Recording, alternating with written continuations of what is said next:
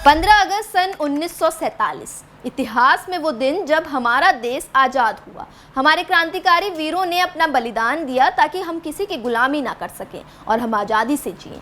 लेकिन मेरा एक सवाल है, क्या 1947 से आज जब सन 2025 चल रहा है, क्या हम आज़ाद हैं? क्या एक लड़की, बेटी, बीवी, माँ आज़ाद है?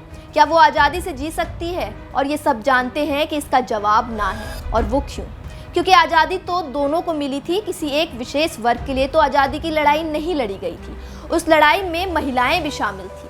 दरअसल आज के दौर में अगर महिलाओं को आज़ादी मिल भी जाए, वो परिवार के लिए कुछ करना चाहे, आज़ादी से जिए, तब हमारे देश के कुछ चंद निहायती बेकार घटिया लोग उनके पर काटने के लिए उतारू हो जाते हैं। अपने अपने घरों से बेटियां बड़े सपने लेकर शहर जाती हैं, कमाकर परिवार की स्थिति सुधारना चाहती है। ये लोग दुनिया में मैसेज छोड़ देते हैं कि आज भी देश आज़ाद नहीं हुआ है, हम जैसे दरिंदे अभी भी खुलेआम घूम रहे हैं और हम कुछ भी कर सकते हैं। हमारा सरकार कुछ नहीं बिगाड़ सकती, ज़्यादा से ज़्यादा क्या हो जाएगा, कुछ समय के लिए जेल होगी, उसके बाद गुनहगार आज़ाद, वो भी तब अगर लड़की बड़े घर से है। गरीब घर की लड़कियों के तो केस सामने तक नहीं आते। इसलिए हर एक माँ बाप अपनी बेटी को अपने ही घर में कैद करने को मजबूर हो जाते हैं, क्योंकि उन्हें डर लगता है कि अगला नंबर उनकी बेटी का ना हो। अब सीधे बात करते हैं अंकिता भंडारी हत्याकांड के बारे में। वही अंकिता भंडारी जो बड़े सपने लेकर अपने घर से निकली थी, लेकिन बड़े घर के लाडलों ने उसके सपनों के साथ साथ उसकी जिंदगी ही खत्म कर दी। दरअसल पौड़ी जिले के यमकेश्वर में स्थित वनंतरा रिजॉर्ट में रिसेप्शनिस्ट के तौर पर कार्य करने वाली 19 वर्षीय अंकिता की 18 सितंबर 2022 को रिजॉर्ट के संचालक पुलकित आर्य ने अपने 2 कर्मचारियों सौरभ भास्कर और अंकित गुप्ता के साथ मिलकर उसकी हत्या कर दी थी। इस हत्या ने पूरे देश को झकझोर कर रख दिया था और इस हत्या के पीछे रिजॉर्ट के ग्राहकों को स्पेशल सर्विस देने के नाम पर दबाव बनाने की कहानी सामने आई थी। रिजॉर्ट का मालिक पुलकित अंकिता से गलत काम कराना चाहता था, जिसके लिए मना करने पर उसने भास्कर और गुप्ता के साथ मिलकर उसे ऋषिकेश की चीला नहर में धक्का दे दिया था, जिसमें डूबने से अंकिता की मौत हो गई। बता दें, एसआईटी की जांच के क्रम में भी सामने आया कि पुलकित आर्य अपने रिजॉर्ट में कुछ वीआईपी गेस्ट को स्पेशल ट्रीटमेंट देता था। अंकिता भंडारी को भी वो एक वीआईपी गेस्ट के सामने परोसना चाहता था, लेकिन रिसेप्शनिस्ट का काम करने वाली अंकिता को ये मंजूर नहीं था। इसी कारण अंकिता और पुलकित के बीच विवाद की शुरुआत हुई और आखिरकार एक वीआईपी गेस्ट के स्पेशल ट्रीटमेंट के चलते पुलकित ने सामान्य परिवार से आने वाली अंकिता की हत्या कर दी। इस हत्याकांड के बाद मामला जिस प्रकार से आगे बढ़ा, उससे एक समय लगा कि रसूखदार आरोपी घटना से बच निकलेगा, लेकिन जांच सही हुई।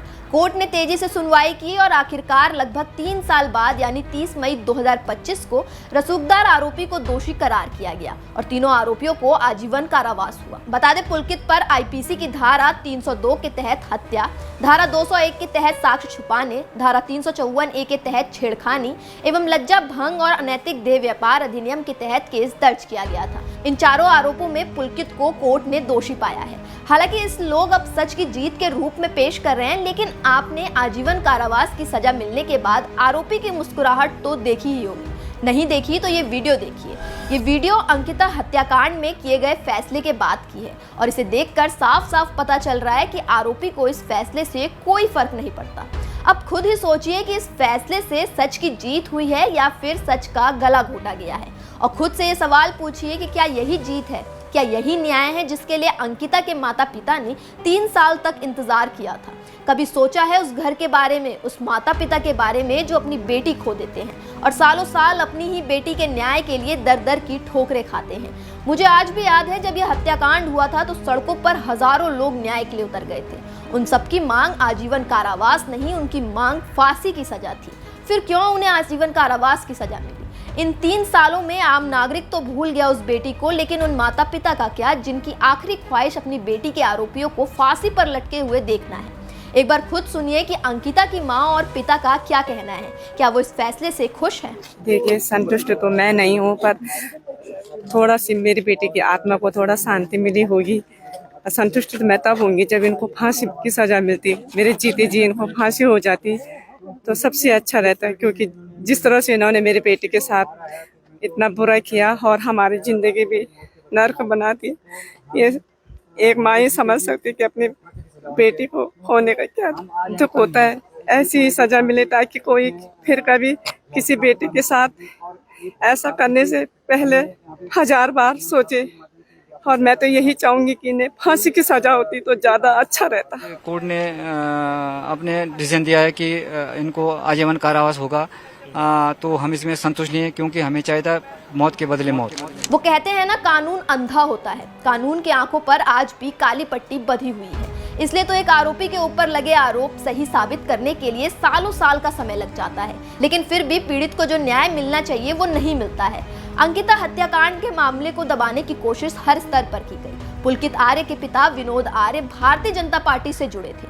उत्तराखंड में रसूखदार नेताओं में उनका नाम शामिल था। इस कारण आरोपी के बचने की आशंका जताई जाने लगी। सरकार पर आरोपी को बचाने की कोशिश के आरोप विरोधियों ने लगाए। इसके साथ ही अंकिता पर भी कई आरोप लगे। वो हम जानते हैं ना कि जब खुद को बचाना हो तो दूसरों को बदनाम करना बहुत आसान होता है, खास करके जब विपक्ष में लड़की हो। उसके कैरेक्टर पर उंगली उठना तो आम बात है, और यही हुआ। हर कोशिश की गई पुलकित और उसके साथी को बचाने की। एक चीज और बता दूं कि जिस वीआईपी गेस्ट के स्पेशल ट्रीटमेंट के लिए यह हत्याकांड हुआ, जिसके पास जाने के लिए अंकिता भंडारी को मजबूर किया जा रहा था, आज तक उसका नाम सामने नहीं आया।